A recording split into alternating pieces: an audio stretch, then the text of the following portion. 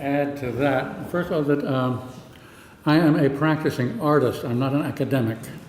My love of art comes from the fact that I make art, and I've been doing that since childhood. It was mentioned that my first teacher was Mr. Karl Iluva, a Hungarian. He was my art teacher in first grade. And he said, "You're going to be a sculptor when you grow up." So he saw it there. I mean, he did the War Memorial in Central Park in New York, 66th Street. It's a First World War doughboys. It's quite a well-known sculptor. But anyway, he was a wonderful man. And the reason I got into art wasn't just because he said so, I really admired him as a human being. He was just a wonderful, wonderful person. And I thought, when I grow up, I want to be like him. So I became a sculptor. Studied some other things along the way, but I mean, I am a sculptor, and so my viewpoint is from that of a practicing artist, not from a philosophical point of view. Many of my friends are philosophers, and they talk of art and the beauty. I'm not going to just go on about the different theories of beauty. We have, I mean, starting off, we have St. Thomas, who said those things which please the, id quod visum placet, that what we see pleases us. And that's a good start. But then he also goes on to say that all men love art. Spiritual men love spiritual art, and sensual men love sensual art. This will kind of show up here. But this is not the idea of things. I want to take a sort of a tour here going on about, let's see if this works. Now, some of you might have saw it since to Kalon, and if you don't do Greek, which I don't do that much, it's to Kalon. I mean, who's Kalon? To Kalon, I mean, it's the Greek word, means the beautiful and the good, of the same word for good and beautiful. So you tie these two together, and that's my theme here. It's not just art for art's sake. What is man's vision of the good is how he's going to portray reality. And I like Joseph Pieper's definition.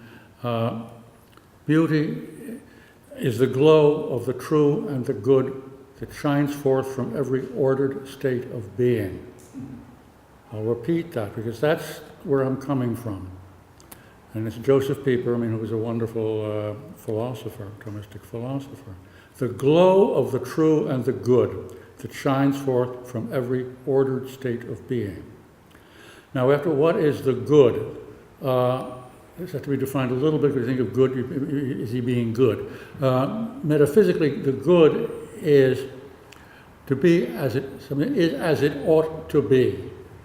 That is good. I mean, life is good, death is bad. This is the pro-life man. The good is, Thomas says, I mean, or St. Augustine, going back to the early fathers, I mean, the privatio bono. You take away the good, that's bad. So this is the metaphysical good. The moral good is to turn away from the good. And that's St. John Chrysostom, ektrope to kalou, to go away from the kalon, to turn away from the good and the beautiful. So how are we going to tie together to kalon? And I start with the Greeks, because the Greeks were the first to, well, not just the Greeks, the pre-Socratics started with the idea of cause and effect, that it's not just magic and the gods, I mean, that make everything have fate, because they were terribly influenced by fate, as were all people at that time. You know, you can't break fate. And the Greeks said, yes, you can, with reason. And this is from Pericles' funeral address, which is sort of the golden point of Athens. Nor are these the only points in which our city is worthy of admiration. We cultivate refinement without extravagance and beauty without effeminacy. Wealth employed for use, not for show.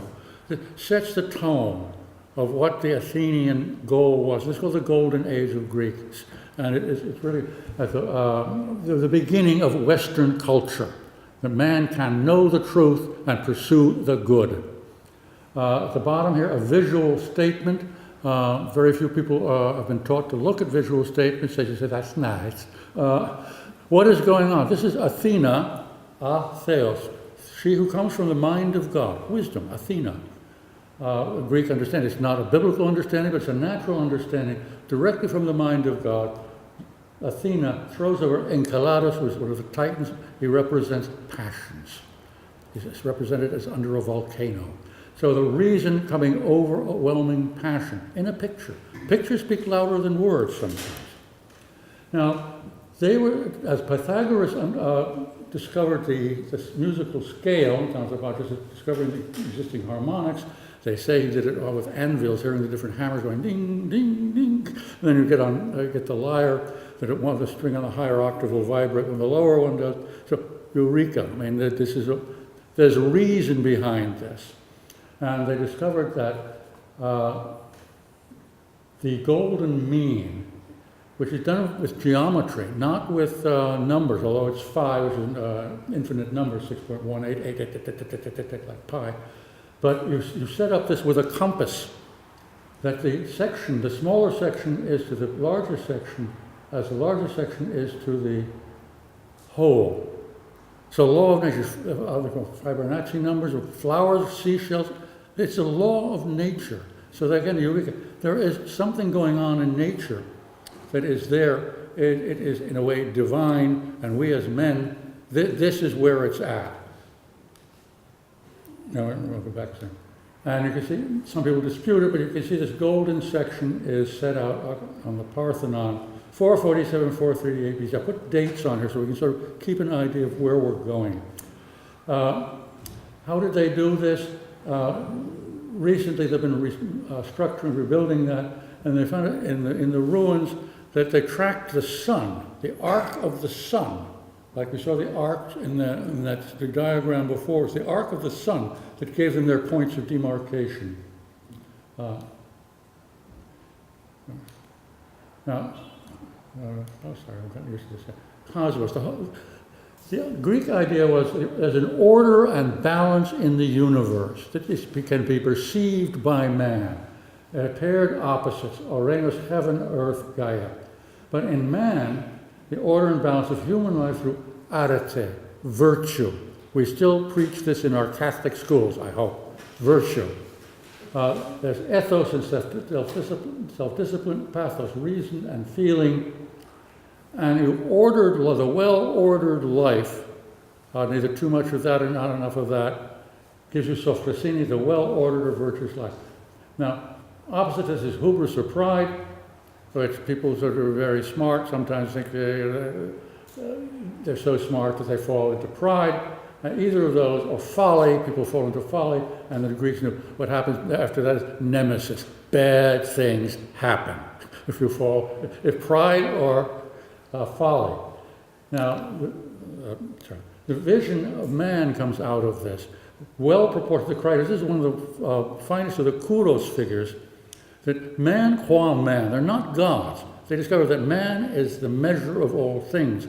So they do man. This is a beautifully proportioned figure, but also he represents sophrosune, this well-ordered life. He's not a pointy head, he's not he's not a satyr. This is man, and the virtuous man. It also falls over into their temple structure, the well-ordered cosmos. On the Parthenon, the East Pediment sculptures. Now, most people are going to teach you in art school, they're very beautiful, and Phidias did them, they're so beautiful. Well, they mean something. It is this cosmos of putting the world in order. Zeus, Athena, in the center there, seated. Neptune over here, Apollo with his lyre. Venus, she's bare-breasted, but she's quite discreet. This is not voluptuous. This is just the order of the gods, because she's the goddess of love, but she's really quite orderly. So everything is in order on the east end. Go to the west end, the west pediment, and it's chaos. It's not just beautiful art. This is representing their cosmos, that in the temple, this is the greatest of the temples, the Parthenon. It represents Greek thought at its height, down in the age of Pericles. So you have Neptune and Athena, reason, fighting the god of the deep. There's antagonism here, and the chariots are all raised up. Together, at either end of the Parthenon, on the pediments, and down below is the statue of Athena, all come together under God's wisdom, as best they knew it, the natural order. On the Parthenon, there is the beginning, as we know, politics. There are people discussing politics there. That was their big thing. There's even a lady involved there discussing politics. They're not total chauvinists. And then work, order, and commerce and politics are the two apportations of the Greeks to it. That's always one of my favorite sculptures of all time. It is man overcoming the centaur. The centaur for the Greek isn't just some sort of mythological animal. He represents the lower passions. Centaurs are always breaking up wedding parties and coming in and get drunk and run off with the bride. They're nasty animals. So you have man, and there's the spring of it. And if you notice, it's not just photographic really. Look how this leg has been lengthened to set the composition. It's not just copying, photographic copying. The tension set up between these two figures is marvelous. It's one of the great sculptures, Phidias, of all time. This is man's genius, art, but art serving a cosmic vision. That's not the one I want. Sorry, I got the wrong one. Help! I do these kind of things. Shouldn't let artists near technology.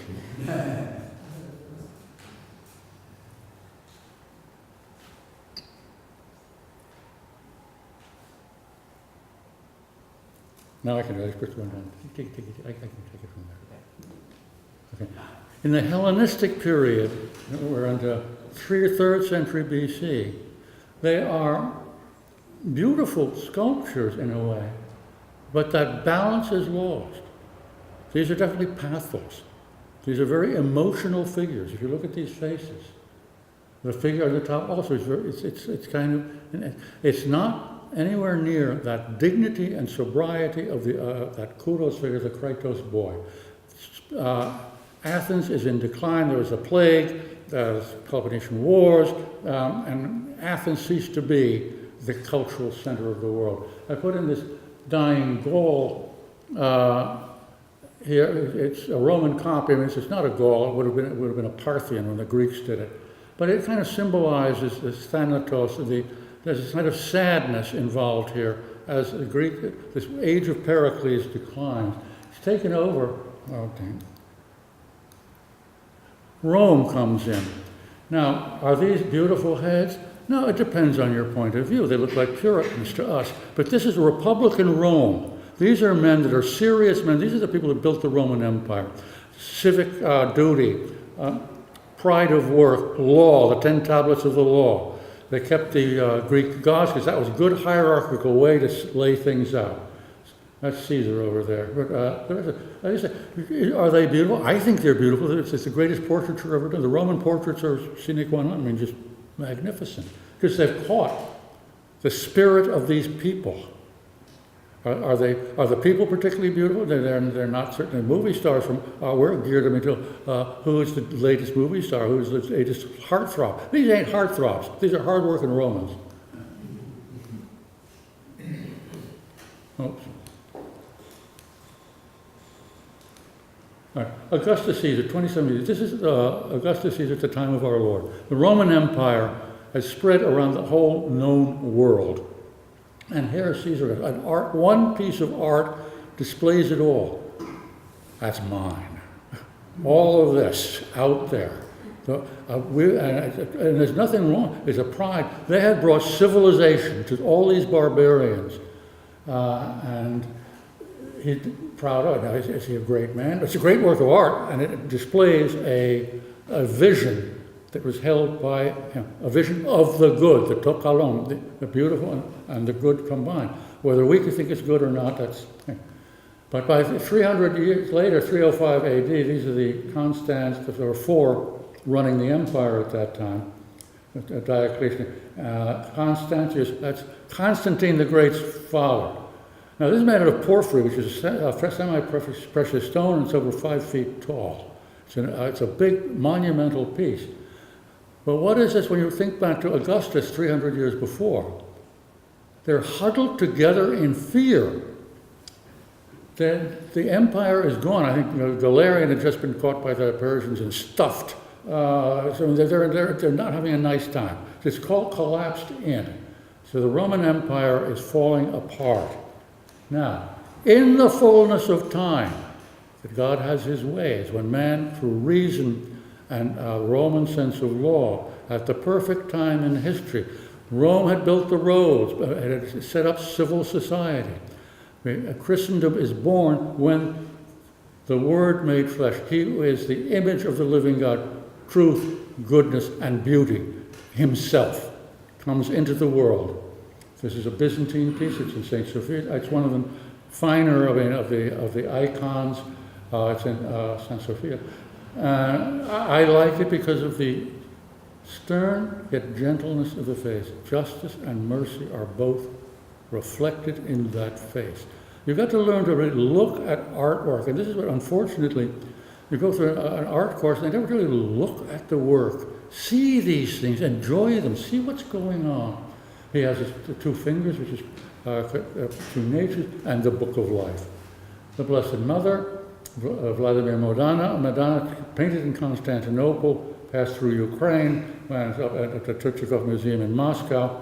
Again, look at the softness and the face. The child is a little old man, because in Byzantine theology, Orthodox and Byzantine Catholic, he's the wisdom of God. So he has a little tiny wisdom head. It's not a baby. We're used to Raphael's beautiful Madonnas and plump children, and there's nothing wrong with that, right? It's beautiful. But their Eastern theology is slightly different. Now, there was, these are later pieces, because the earliest ones were all destroyed under the iconoclast heresy of Leo the Ausonian, an emperor who tore down the images of Christ all around the empire, especially outside of Constantinople. And there was a giant picture of our Lord over the gate. And guess what he replaced it with? A picture of himself. So the emperor gets his picture up there. Anyway, at the Second Council of Nicaea, 787, it was decided, the full church, both East and West, came together. The books were read in Latin and Greek. And it was the last council where the whole church was there. The East and West were joined together in peace. But as the Word has been made flesh, God is among us. He is the image of God. I am in the Father, Father is in me. One can now paint pictures of God made flesh, not only of Christ as the Word made flesh, which it can be painted, but should be painted for devotional purposes. God and the saints, Mary and the saints, are to be, and this is the whole Eastern iconography. The next one comes from the Cathedral of Kiev, not just because my wife is Ukrainian, but it's early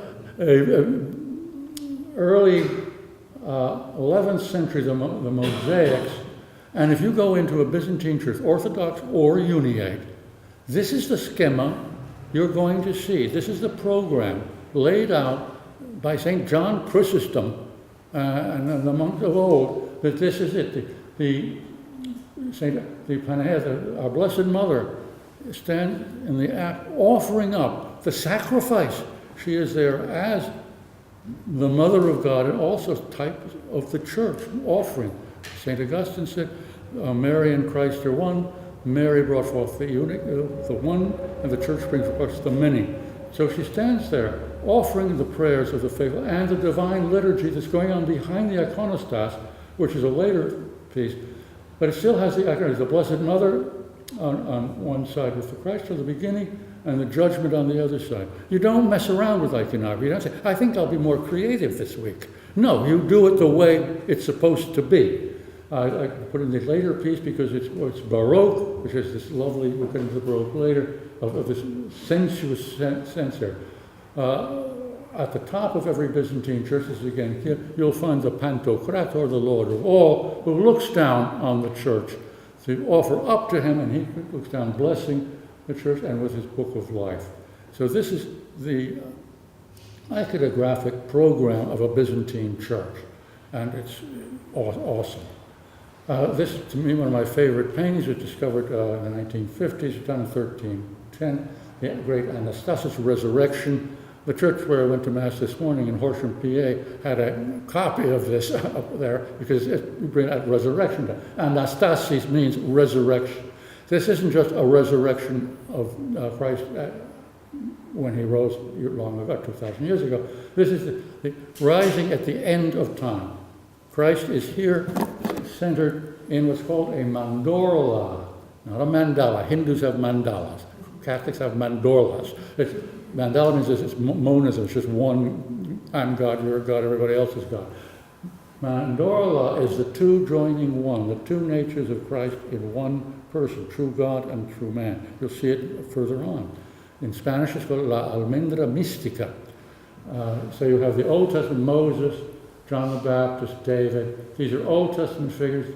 Moses representing the law, the Blessed Mother, the new dispensation, the mother of the new dispensation. These are the Christians would be a presbyter or bishop or whatever on this, nameless. But there's the old covenant under Moses and the new covenant under Mary. So that's in the east. You come west, where the Roman Empire collapsed. This is 1000 AD. I just chose this, which is a very beautiful picture of a monastery in Saint Martin de Cagnes, it's in French Pyrenees. The monastic world of Saint Benedict. As Benedict XVI, our late Pope, emeritus, Saint Benedict is the father of Europe. And he's not the first one to say that, nor the last, because Benedict was the founder of monasticism. You eat together. All the monks lived together. In the East, they all lived off in little hermits, in little caves everywhere. In the East, they came together, and they kept the Latin language. Everybody spoke Latin, and they kept the Latin books alive for future generations. But their artistic effort, their art, was focused on the Word. This is, of course, the Book of Kells, which is in Dublin, originally from Iona. But the Irish monks spread Christianity as far as, I've seen monasteries in Germany that were founded by St. Columba and his monks. But here you see they're using their indigenous art style, but to decorate the Word of God. The other would be chalices, to hold the blood of Christ. In other words, these are the two things that the monks were. It's art at the service of the faith, not making pretty things just because the bishop told me to. In other words, the artists weren't liberated folks like today. They followed the rules. That we're doing this for the glory of God. This is the one I mentioned before. Someone was saying, I have to confess, I wanted to steal that once. That's in Leon. And it was not well guarded. It is just so beautiful. I wouldn't steal it, but I did covet it a little bit. Not what I do with it, but this is their focus. It's onyx and ivory and gold, the very best for the liturgy. So, the 1960s and 70s, the plastic cup communions, no, the very best for God. After Charlemagne settled the empire, so to speak, back around 800, he was crowned 800 AD, the beginning of Christendom, crowned by the Pope. The cities began to form, trade came back, but the center of Christian worship was the cathedral, where the bishop had the liturgy and the schools. This is Chartres, which I think it would be equivalent to the Parthenon for the Greeks. Chartres for the Catholic is the cathedral where everything is laid out perfectly. As Erwin Panofsky, great art historian, said, these are the summas written in glass and stone. Neither too much nor too little, just right. Everything is there. The prophets, the saints, and of course the great rose window. So this is Chartres Cathedral, and we'll go here to the entry and the great portal, the great west facade. You have the Christ on our right over here, the beginning, born, this is the life of the Virgin down here, and she's also seated as, which in article, the sede sapientia, the seat of wisdom. Wisdom is Christ, honestly. On the far side, the second coming. There's the first coming, the second coming, and in the middle we have Christ in majesty. It's not Christ of the second coming. This is the Christ in the here and now. This is Christendom. This is Christo Rey. This is Christ the King, the just King, who orders his eye with the symbols of the evangelists and the apostles. But he is there as a human being, true God and true man, but he is in charge of that perfect time, which one calls me in the 13th, early 14th. So this is the time of St. Thomas Aquinas. This is the time of the great, great saints of the church. So you have, again, in the mandorla, Mandra Mystica, there's two natures. He holds his fingers up, blessing the world, just the same as in Byzantium, and holding the book of life. Now, within the church, no, I pointed to the wrong thing, sorry. Back. The rose window. The rose is the symbol of the Virgin. Dante in the Paraiso says, La rosa in che il verbo divino carne si fece. The rose in which the Word was made flesh. So this symbolizes, and Henry Adams, who was not a Catholic, but he wrote a book on Mont Saint-Michel and Chartres, great devotion to the Virgin, had a picture of the Virgin in his pocket when he died, never converted officially. But he said, nobody can look at this window without feeling the promise of the Blessed Mother's aid to paradise. This is your gate to heaven. She is the gate to heaven. Down below here we have the labyrinth, the same size. I'm putting this, I'm being a little catty putting this, because the Episcopals love to put these in their churches, and we all walk to the center and feel good about it. And it's the exact opposite. This is over the tomb of Beltane. This was a pagan temple underneath that. There was a pilgrimage site for pagans, so the church, in its wisdom, put Our Lady of Chartres there to counteract the pagan goddess, the Earth Mother Goddess. Down below that is the Earth Mother Goddess. Now, at the center, there was a stone that read, "This is the Cretan's labyrinth. No one can escape this without the thread, like Theseus, without the thread of Ariadne." And this is just move this forward. Without the thread of the Virgin, you're not getting out from Beltane. You're not getting out from the labyrinth. Think of the labyrinth is where the Minotaur lives. That's where you get hit. It's not a place to end up. You don't want to end up there. God bless the Episcopalians if they want to end up there. But this is the labyrinth, and priests would have sinners crawl on their knees out of the labyrinth. Now, High Middle Ages, at the beginning of the Proto-Renaissance, this is Fra Angelico of St. Benedict, the founder of Western Christian civilization, 1438. Now, Fra Angelico is a card-carrying genius and a saint in his own right. Now, you have somebody that has both artistic genius and the saint quality of vision. And he has done this painting. A saint can only picture a saint. If you look at this face, and this is the kind of thing when you see the pictures, in your own parish church, they're nice. This is a saint. Look at the eyes. Look at that face. That's not just a man as the image of God. This is a saint as the image of Christ.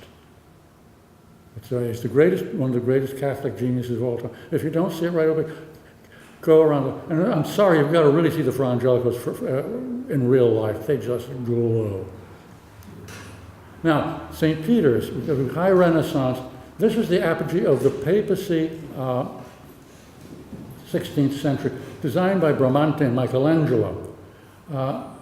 It's the age of humanism, and it's the age that Dante Alighieri has said, the De Monarchia, that just as in pagan Rome, modern Rome will rule the world. And at that time, it seemed plausible that this would come, as Cardinal Egidio de Viterbo had said, this is the 10th age of man, the final age of man.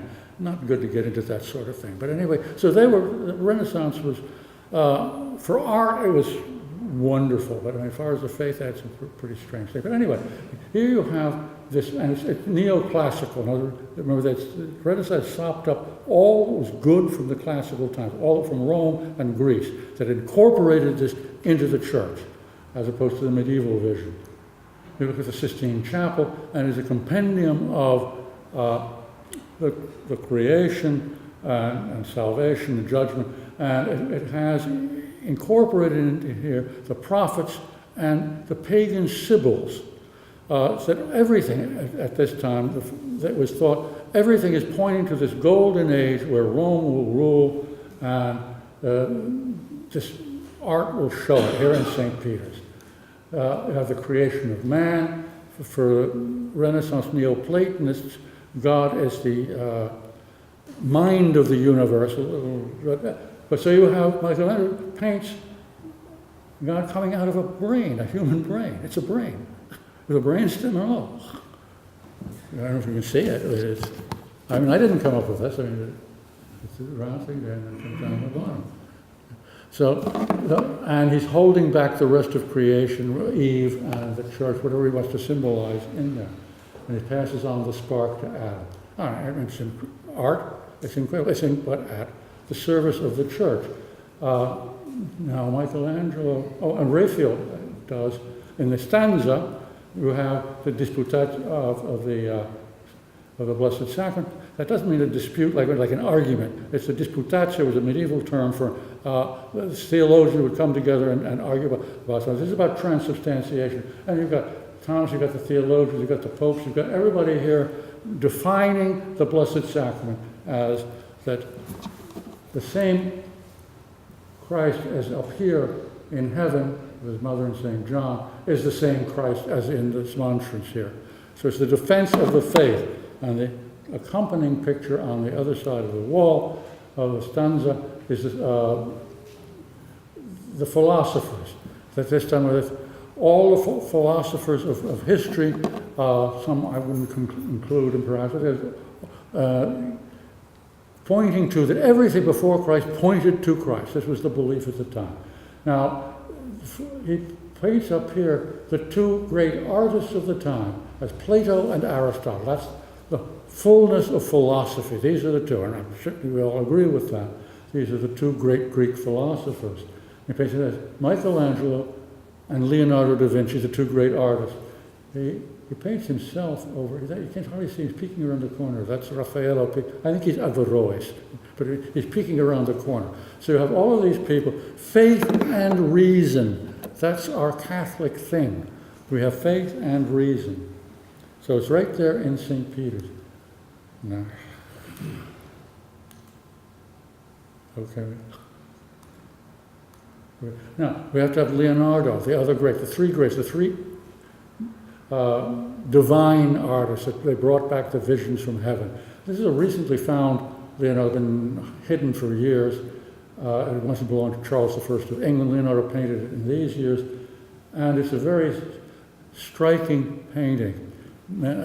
Some people dispute its originality. I look at that and say, that's Leonardo. Nobody paints as spooky a picture like that as Leonardo. He had some problems with the faith until he went to France. He came back to the faith big time, and he died in the faith with the sacraments. And in his will, he ordered up 3 high masses and 30 low masses for his funeral. Christ's 3 years of teaching, 30 years of Kalon. The guy was the universal, but it's there he is. I just want to put that in there. It's a great painting, but it's kind of weird. Michelangelo's Pietà, wonder this is in the Vatican. It's probably right with Phidias, and Michelangelo. That's the top as far as art goes, and it's at the service of the church. This is done early, 1498, 1499, about before St. Peter's was built.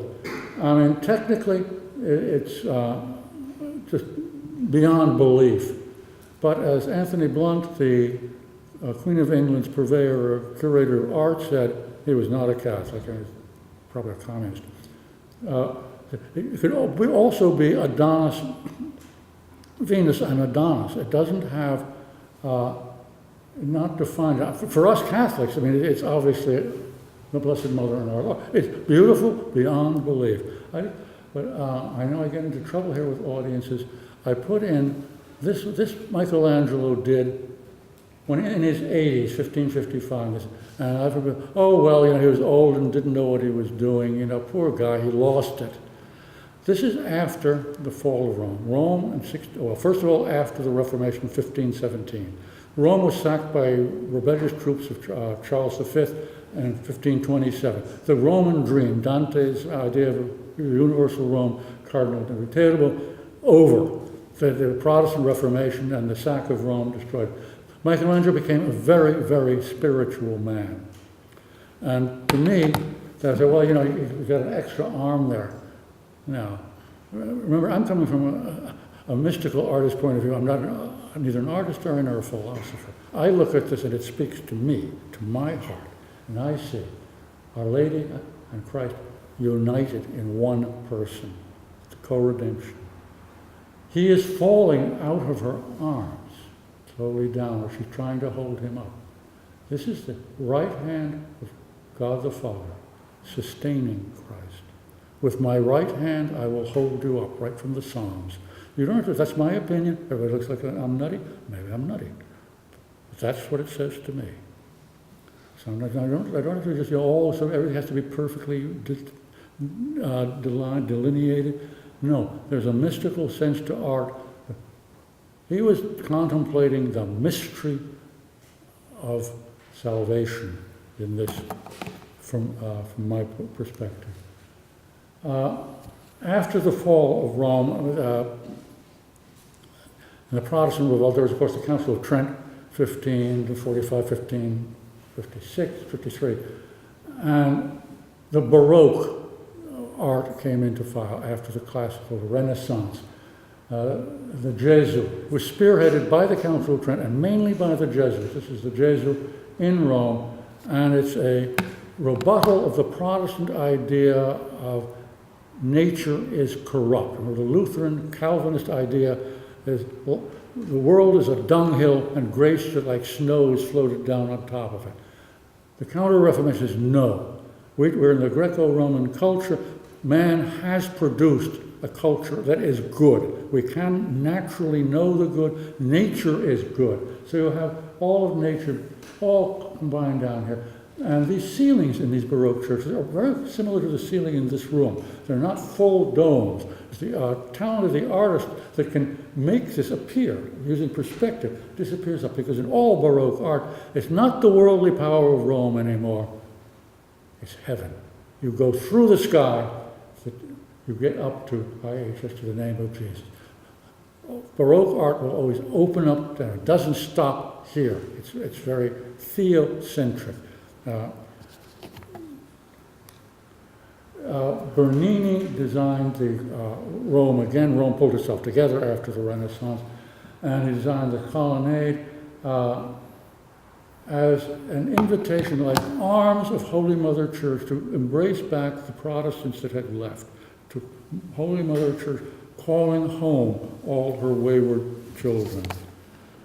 Bernini is, of course, the quintessential art of Italian Renaissance, of Italian Baroque. Is very sensual. These are the Solomonic columns inside, but we're setting up the presence of the altar, where the holy sacrifice of the Mass is celebrated. It's into this setting here, very Eucharistic. In most Baroque churches, you won't have the stained glass windows. In the back of the church, you'll have a single eye. The Holy Spirit comes through that particular window. Bernini, as they would be the quintessential artist, this is his St. Teresa of Avila. It is sensual in the sense that Ignatius, in his writings, that you must engage all the senses in worship. Not the Protestants. The Protestants are, to make it simplified, and tear everything down, tear down all the saints, tear down all the altars. But to relate to man, this is a sensual sculpture. It's mystical, but it's very eye-catching as well. The Spanish Baroque is ascetic. There's three countries that took up the Baroque. Italy, which is sensual, Spanish, which is totally ascetic, and then we'll go to the Bavarian, Austrian, which is in between. These are the three founts of Baroque art. And if you take an art history with an English-speaking course, they hate the Baroque because they don't like Catholicism. It's the Legenda Negra. I mean, it's everything in the Baroque, or Lord Clark, or lordly clatter. But this is, I mean, these Spanish Baroque artists were all practicing Catholics, daily communicant people. This is Martinez Montañez. This is my favorite crucifix in the Cathedral of Seville. And it was commissioned by the Cabildo, which is the canons of the church. It's a classical figure, but painted, which it doesn't always painted. No, the point is that they told him to do this at the moment of his death. You see, the veins are still blood flowing, and his eyes are barely open, so that when somebody comes to view this, not to get, oh, what a beautiful work of art. They put themselves on their knees before this and approach Christ at the moment of his passing. Escúchame, Señor. Listen to me, Señor. So that's Spanish Baroque. This is Spanish Baroque. Also, this gilded nature. Nature is good if it is engraced. So we have the Solomon account and all of this graceful nature, and at the center of the engraced nature is the Blessed Sacrament. So you find these all through Spain and South America. That they exported this at the time of Murillo, very Marian, great Marian devotion in the Baroque, and this probably the most signature, not just the Murillo, but image of Our Lady is the Immaculata Assumption, but Our Lady on the crescent moon. The moon is always, in Western civilization, going back to Babylon, so it's a feminine symbol. And the crescent moon, it represents virginity in the old. The Babylonian god was represented by the crescent moon, but then so the full moon is plenitude, pregnancy. So anyway, this crescent moon. So she is the Virgin. It's a symbol that she is the Virgin, and she's being taken up. Now in Puebla, Mexico, John, have you? I've been there many times. This is just gorgeous. I mean, this is Baroque art. I mean, people, the art historians don't like it because it's not so dignified. But the people love it. The Pueblo, they go to this. This is heavenly. We're entering the antechamber of heaven when you come into a church like this. With the Holy Spirit at the top. Right? Bavarian Baroque. This doesn't look particularly exciting from the outside. The Ries Church, so the country, it's on the Ruta Romanica. There's a whole bunch of these Baroque churches that are just eye-popping.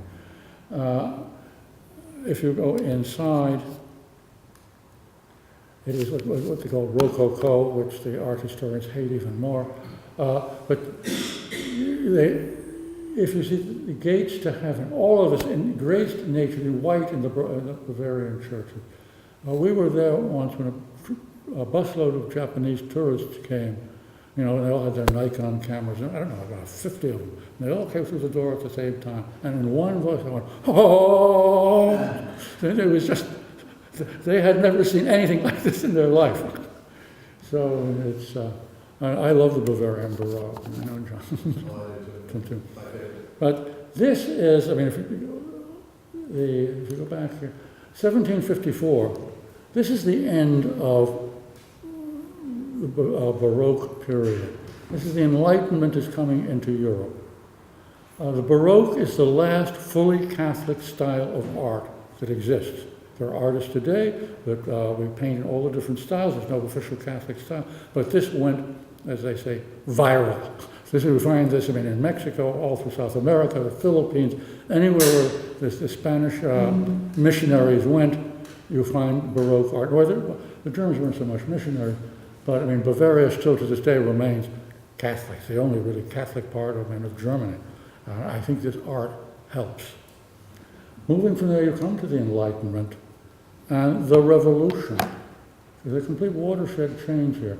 David was a member of the Revolution. He was there when they were guillotining people. This is the famous painting, The Death of Marat. But it's almost a parody of a Pietà. This is an icon of the Revolution. Almost like Che Guevara today. This is This is an icon. It's not meant just to be a pretty picture. This is to stir your soul. Their idea of the good. It's not our idea of the good, but this is a representation of the new order. Now, classical art is official art, official Republican art. I don't mean Republican Party. I mean of constitutional republic, res publica, the public thing. So from neoclassical, our Supreme Court looks like Athens or Rome. For a constant, where the authority of the church is diminished and a constitution takes its place. This is why the Constitution is that the Supreme Court is there to interpret the Constitution, not the Bible or not the fathers of the church. It's the Constitution is there and it's sacred, so we are a constitutional republic. So this is the art that you're going to find all over the country, where you find courthouses and public buildings. The other side of neoclassicism is romanticism. And this is Delacroix, liberty leading the people. The Blessed Mother has been replaced by Lady Liberty. Still plenty of Catholics in France, but the Catholics are at a minimum in France now. It's a Sonic Republic. But this is more, if you went back to the Greek idea of ethos and pathos, classical is the ethos, the reason. Romanticism is the pathos. This is anger, frustration, eros. I remember in the French Revolution they put tore down the altar in Notre Dame Cathedral and put a naked woman there. It was a real revolution. So this is the romantic. Now, nothing wrong with romanticism. It's a great painting. And I'm not putting down the artist. And Delacroix was not a revolutionary. He did some beautiful crucifixions. There's one in the Walters Gallery in Baltimore. But this idea of romanticism came to this country also. We have the public art as neoclassical, but the people love the romantic. I mean, these artists, they paint these pictures and they put them in a gallery, like in New York, and the public will come and pay money just to come and see the picture. But not nature worship, but I mean, it's the love of nature, romanticism. Like Goethe is the poet, Gefühl ist alles, feeling is everything. So we have that, and coming out of the Romantic movement, you come to Impressionism, Monet, and Impressionism is the last flowering of Western art, of Western Christian. It's a sunset again, but there are rules. It's still rooted in reality, but impressions using color, very little delineation, virtually no delineation, no lines in this art. But I mean, it slides down to, if you see these in an actual museum, because their use of color, if it follows the color wheel. In other words, if you have a blue background, the opposite from blue on the color wheel is orange. So there's a rhyme and rhythm to this if you study art. It's not just, I felt like it. It's a beautiful painting. Degas, I mean, mad as a hatter, but I mean, it's impressionist, but it has a presence, and it is a human person's individual, personal take on reality. Again, he uses the same thing as the blues and orange, slightly purple, opposite being yellow. So it's not just, I discovered something new. He's using rules of color. It's not, I mean, I can invent something new. No. And this is the last, I put in, of the Impressionists. It's one of my favorite paintings, Mary Cassatt, The Loge. It's the fin de siècle, the end of the 19th century, time of optimism, and she's caught here the innocence yet shyness of two young girls at the opera. It's not just, I mean, a painting of girls. He's caught something deeper than just a couple of gals at the opera. As I say, there's shyness, there's coyness, there's all sorts of things going on behind those faces. There's little people, little girls behind that paint. And that's, to me, great art. Now, I say no lines in it. Pause. Modern art. What do we have for modern art? Ladies again. Pablo Picasso, 1907. Pablo Picasso is treated as a demigod in our society. He invented new things like cubism. Oh, say something against Picasso, what are you, a heretic? And I want to read this actually from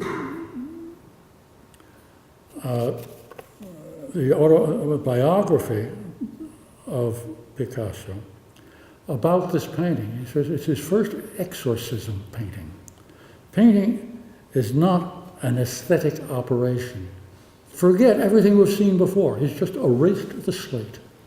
Painting is not an aesthetic operation, but a form of magic designed as a mediator between a strange, hostile world and ourselves, a way of seizing power by giving form to our desires and our terrors. That's in the horse's mouth. That he's admitting we're not longer in the world of beauty. So when you see modern art, you see this is revolutionary, just as revolutionary as Darwin or Freud or Marx. In the arts, is destroyed thousands of years of history. It says no longer has anything to do with art. You'll read articles always says forms and colors. No, it is exorcism painting. I don't want to get into it too much, but I mean, it's psychopathology is what he's painted here. You got an innocent girl over here. Picasso had a real problem with women, like he crushed a cigarette butt out on one of his pregnant wives before she went to the hospital. Called all of his mistresses like poodle dogs, one's as good as another. Not a very nice man for a hero. So you have innocence over here. Then you say erotica, because he was always pushed by erotic. These are erotic faces. And then over here they have the mass of death. Eros and Thanatos, right out of Freud. Lust and death. So it's a psychological painting. You don't have to believe me on that because you're not going to read it anywhere else. But that is the break with tradition. Next, to finish up here, Kandinsky, the other founding member of modern art. If you ever read concerning the spiritual in art, which is a textbook, it's a Bible of modern art, but he has a page in there, a paragraph, where he says Catholicism and Judaism are on the bottom rung of the triangle of spirituality. And he goes on, the real spirituality was preached by Madame Blavatsky. Now, you don't know what you know about Madame Blavatsky. She was a theosophist, and in her secret knowledge, she points out that the serpent in the garden and God are one. So you're going to get theology in it. Nobody can tell you there's theology in these paintings. So this guy painted with he started out as a Russian Orthodox. He had a pure black icon in his studio. That's not a good sign. Schoenberg and his 12-tone, remember Pythagoras discovered the tones in music, the 5, 8, 12, the harmonics. Schoenberg says, away with it. I will make up a whole new 12-tone scale. I will invent something new. And that's if you go to art school, you'll be told, you've got to do something new. You've got to be inventive. You've got to shock everybody. No, go deeper, find the truth, find goodness. That's a self-portrait. So, he was the darling of the, some years back, the 80s and 90s, Jean-Manuel Basquiat. I think I showed that might have shown that in the picture when I did out in Dallas on that destruction of the human face, the destruction of humanity. This guy's paid hundreds of thousands of dollars. They have openings, and everybody, tout le monde, goes to him in these openings, and he's not the worst. But I mean, there you have, a desecration of the human face in art, and that's where the art world is. This doesn't mean that there isn't decent art being made today, but don't think you're going to get shown on Madison Avenue, and you're not going to be sold at Christie's. The art world is this. They go for millions. End with, unfortunately, this is 2010 Museum of Modern Art. This isn't just nowhere. This is the Museum of Modern Art. Madame Abramovic. It's performance art. At one point in there, she's crucified on a block of ice. It's just blasphemous, horrible, but the art must be beautiful. I just sort of just top off where modern art is at. And it's the thing, where do we go from here? That's the end of the actual talk. When John Paul II was here some years back, he threw down the gauntlet to the Catholic community. You have to rebuild culture. Because if we, as Catholics, do not do it, we have the tradition. The Protestants don't have a tradition. The world is all, it's a dung heap covered with snow. Some art today you find in Lutherans and Episcopalians that do love art, but it's art as a Catholic thing, Orthodox too, or the reunion. But it is our heritage, as you express, as St. Ignatius pointed out. You've got to bring people to the faith through all the senses, through music, through pictures, through theater, through all the arts, all the senses. You must engage the senses in the arts. So it's, as you say in Spanish, un desafío. We've got to recapture culture, if there's going to be any culture at all. We're at, as we all know, a very difficult time, where even in the church there's dissenters, and we need a strong liturgy to get back to art for the liturgy. In the 70s they had these, paper cups for chalice, glass. What artist is going to design a plastic cup for the Eucharist if you don't believe in the real presence? We've got to get back our faith. Then you'll get the arts. We've got to get back to the good and the true. Then we'll get the beautiful. And I'll stop it at that if you have any questions.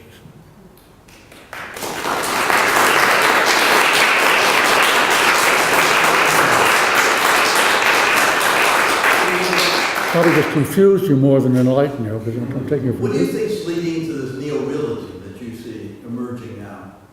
It's a rebellion against That.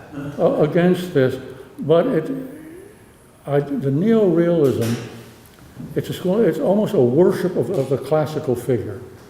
It's not an engagement with the reality. It's great painting, but as an artist myself, and my wife as an artist, when we are working, we are engaging the reality. As I said about Michelangelo, engaging the reality of the Pietà.